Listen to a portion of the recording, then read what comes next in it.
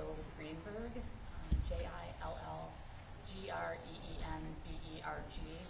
I'm spokesperson for the Michigan Department of Environment, Great Lakes and Energy, and I am handling communications for this incident. My phone number is 517-897-4965. Please feel free to reach out to me as this is an ongoing issue. Today, we invited you here so we could give an update on the environmental response here in Flat Rock. I'm joined with the Mayor, Mark Hammond, behind me in the center. We also have the Flat Rock Fire Department Chief, James Katona, and then Joe DeGrazia. He's with EGLE, with the Remediation and Redevelopment Division. And then we have Trish Edwards, who is with the Environmental Protection Agency. I'm going to let the Mayor bring you all up to date on what's happening, and then our other agencies are available for follow-up questions after that. Thank you. Thank you, Jill. My name is Mark Hammond. I'm the mayor of the city of Flat Rock, M-A-R-K-H-A-M-M-O-N-D. I'll start out with a real brief history of why we're here.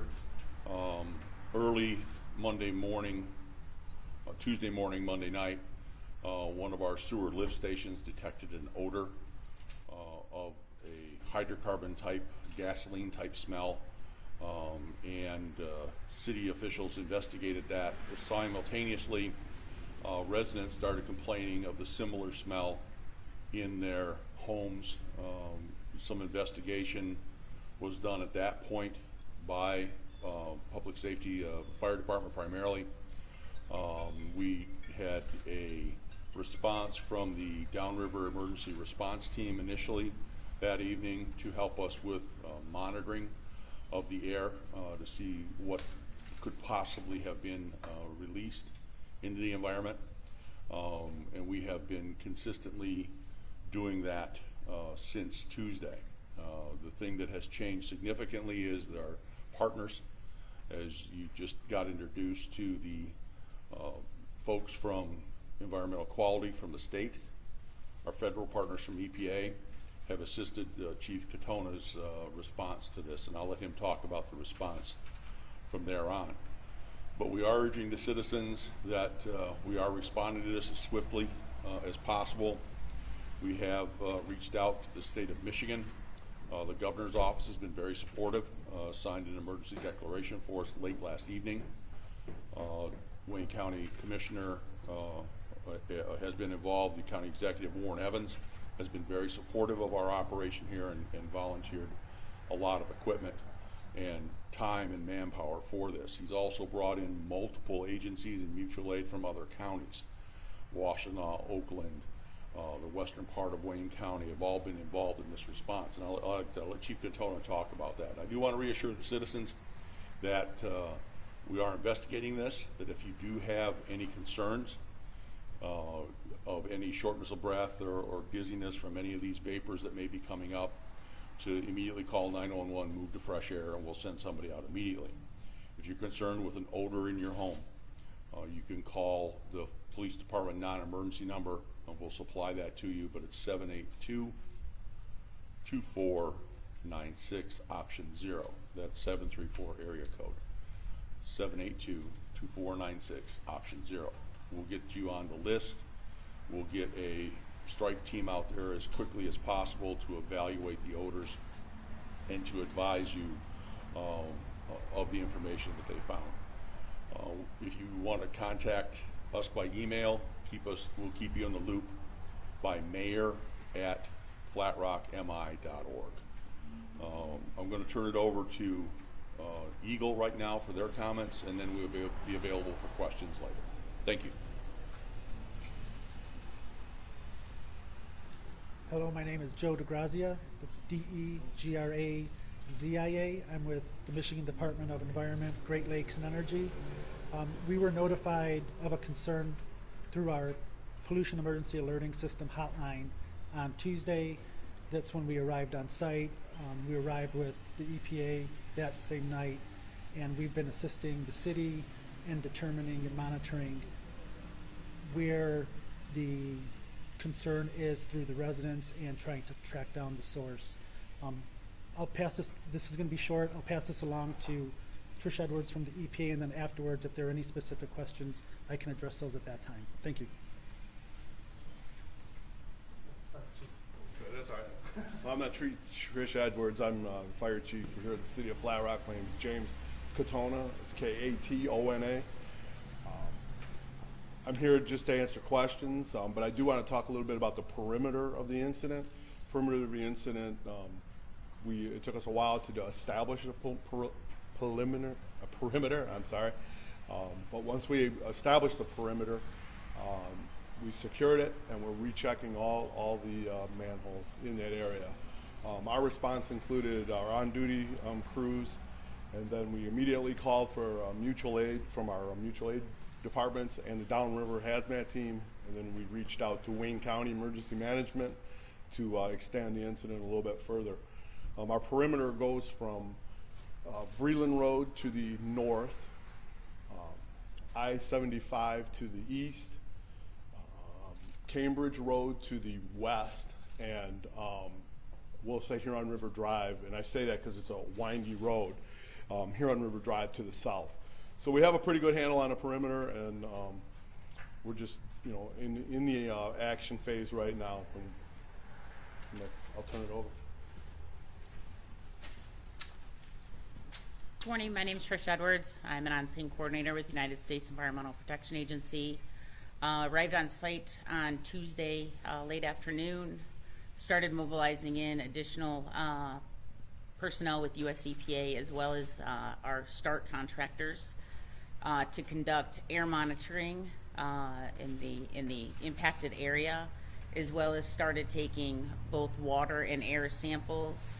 And we worked very closely with the different hazmat teams, the local hazmat teams that have been embedded. We've been embedded with those teams, as well as the Department of Public Services here in Flat Rock. Our teams have been systematically going out and screening the sanitary manholes throughout the impacted community. If there are calls from concerned citizens that come into the line from the mayor, then we investigate those, and based on our readings, we provide that information to the fire department to make any further actions, such as evacuations. We have been working very closely, as I said, with all of our partners, right from local through our state partners and our federal partners. So Wayne County Health Department, Michigan Department of Human Health Services, and ETSDR have helped us with all of our health screening numbers, and they will continue to work very closely with us as we work to mitigate this response and hopefully start to be able to help residents go reoccupy their homes. So I will turn it over to Joe. Thank you. Hi, so are there any questions? Can we get some mayor questions? Yeah, sure. Thanks for doing this, guys. Mayor, good to see you. Last night at 6, I believe there was 4 homeowners that were out of their homes. Has that expanded since then? There are 7 that are currently out. One of them is a charter school that has been relocated to another facility until after the holiday. So it's up to 7, but they're not all homes. And those people have been, we've kept correspondence with them through the emails. We've also gone out to them and physically talked to them about concerns, and we have a good dialogue established with all those residents.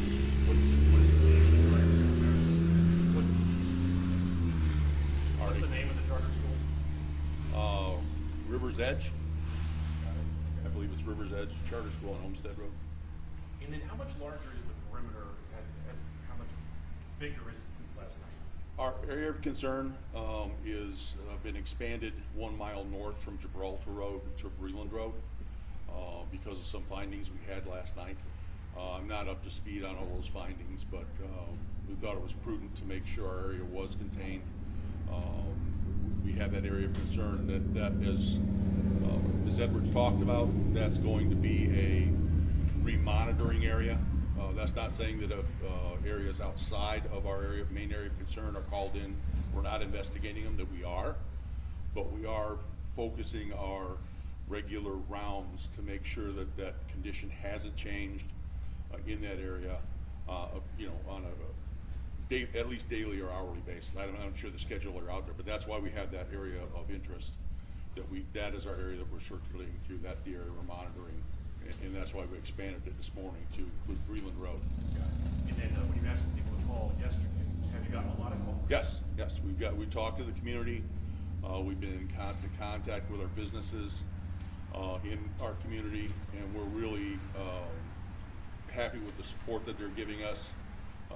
Many of them have gone to relatives' homes, are staying with relatives, so we're actively involved with that. Red Cross has been actively involved with the evacuation process, so we're really, like any emergency, we've brought in all of those partners to support that evacuation. But you're not calling for evacuations, just Individually, yes, homes. individual homes. Yeah. And so, Thank you. From Channel 7, I just want to ask a couple of questions.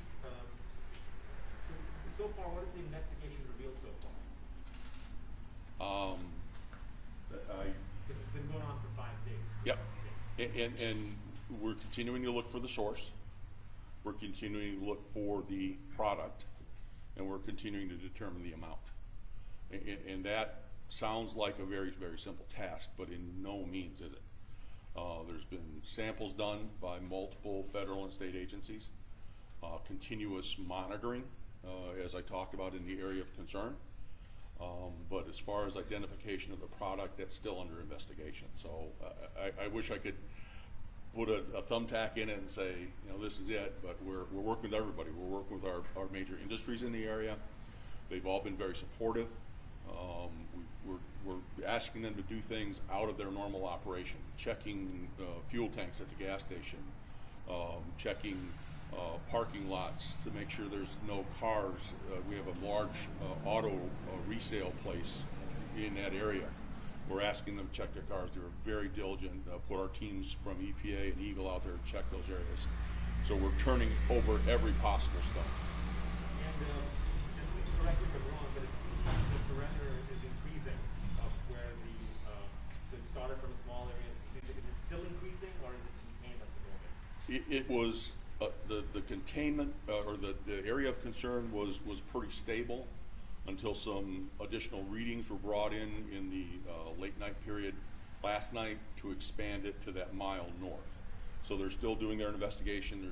They noticed some things, so that's why we expanded the area of concern 1 mile north to include all those manholes and sewer system that's in that area. So and that's part of that continuing monitoring process.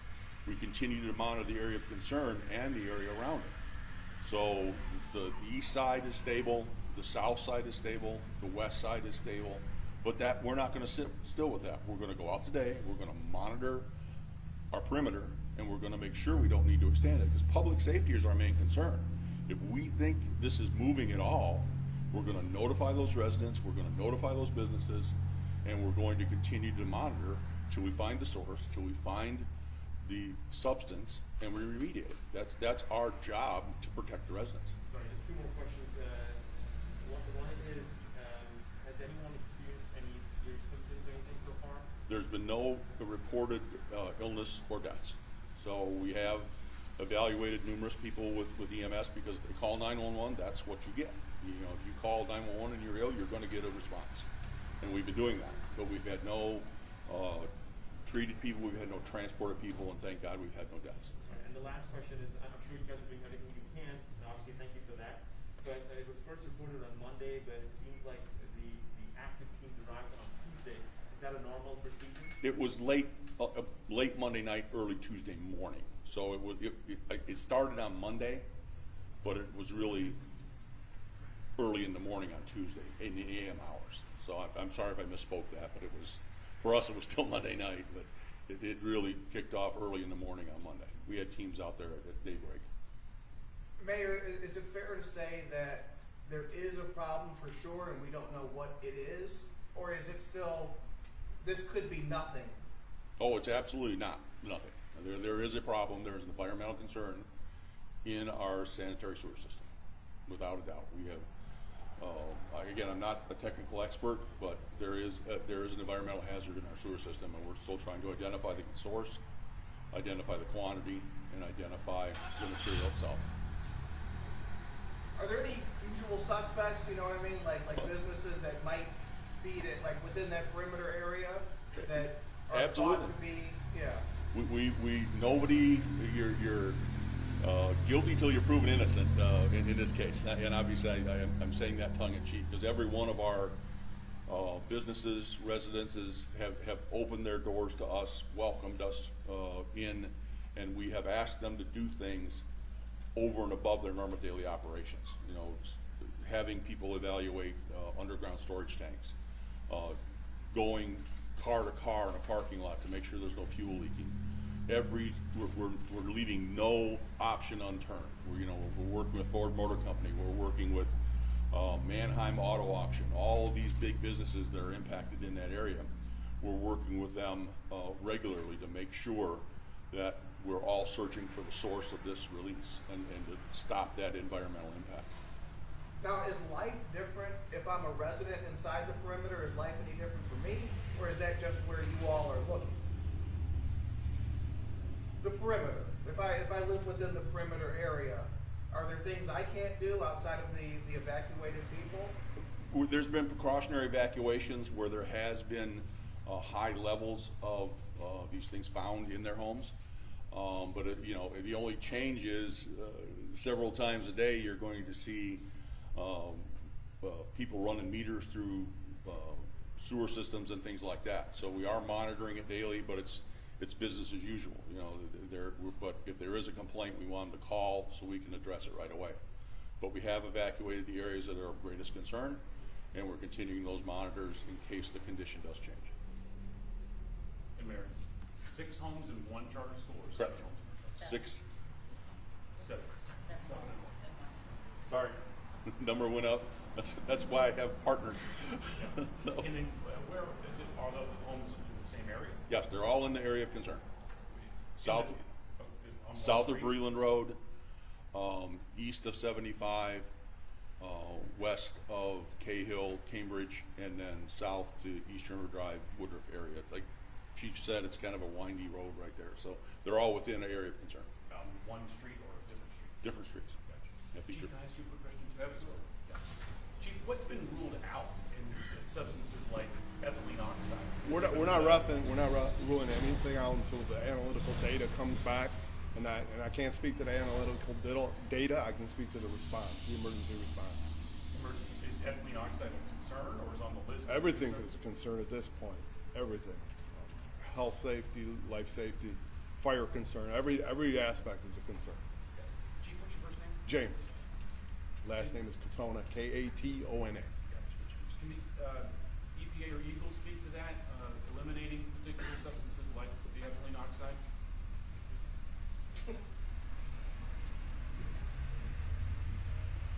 Like the fire chief said, we're not leaving anything out.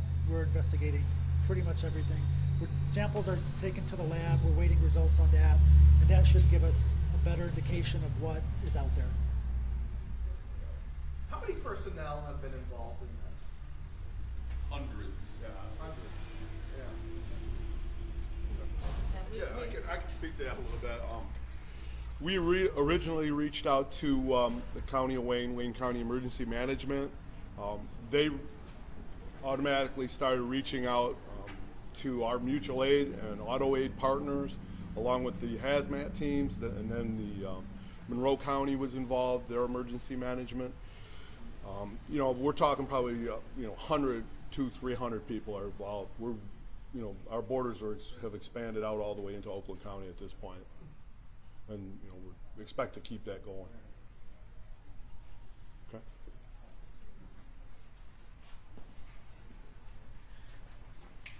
Is that it? Are we winding down? Yeah? All right, again, Jill Greenberg, you can call me at 517-897-4965. I'm on call 24/7. Thank you.